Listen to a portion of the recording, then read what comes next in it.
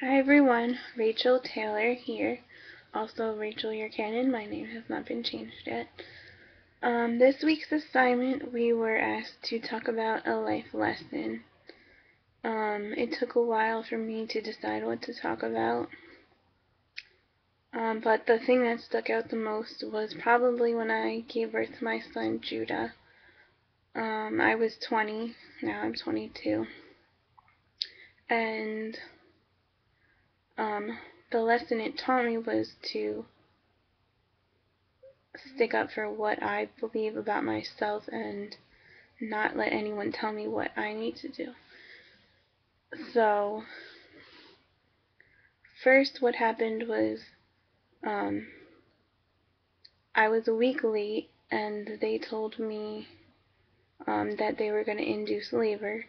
So they did, and about a few hours into it, the anesthesiologist told me that my white blood cell count was too low to do an epidural, so I was preparing myself not to have that. And they kept running tests to see if the white blood cell count would go up, and about a couple hours later it did, and he changed his mind and said I could have one, but he was listing all the side effects that it might give me. Like he was just saying you might never walk again, you could be paralyzed, you could bleed out, all these terrible things, and that scared me so much. I didn't want to do it, but I was almost going to pass out because of the pain.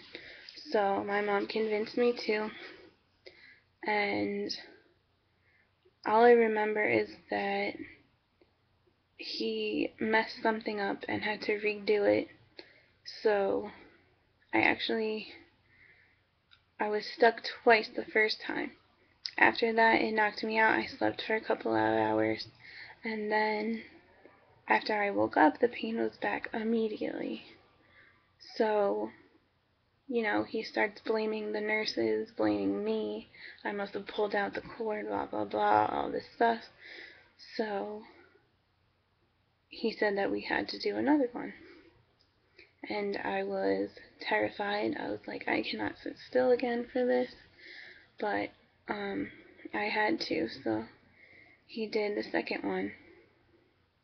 And it worked this time. And I felt much better. My son was born. And the next day, my doctor came in to check on me. And, she was asking me how I was feeling. And I told her, I was like, my back kind of hurts a little bit. She was like, well, that's normal. It'll wear off.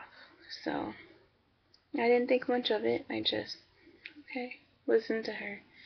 So we came home 2 days later, and every day from then on, the pain in my back got worse and worse. It was to the point about a week and a half later where I could not walk. I literally just fell on the floor and I couldn't get up, couldn't walk, and I felt my back and there was a lump right by my spine. And it scared me because of what he had said is that I might not walk again.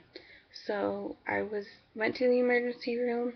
They had nobody to do an MRI to see if it was an infection, so I had to wait until the next morning when they did one. They did find there was an infection, so they had to admit me again on like 3 different kinds of antibiotics. And that really upset me. My son was only about a week and a half old, and I just felt like, nobody would listen to me. I was almost forced into doing this, and now look at me, I was back in the hospital, and I couldn't be with my son.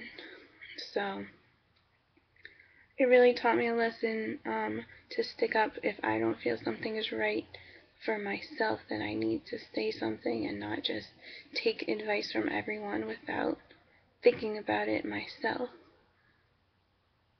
That, like, you know, just sticking up for what you feel is right about your own self.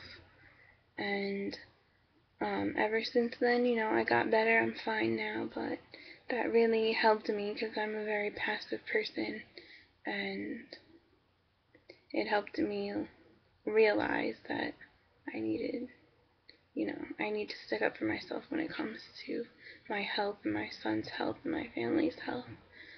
And that's about it. There's been other things that have taught me the same lesson, but this was one of the bigger ones that I will never forget, and I will tell the story to anybody, and hopefully next time the same thing doesn't happen. I've learned my lesson, and the next time will be different.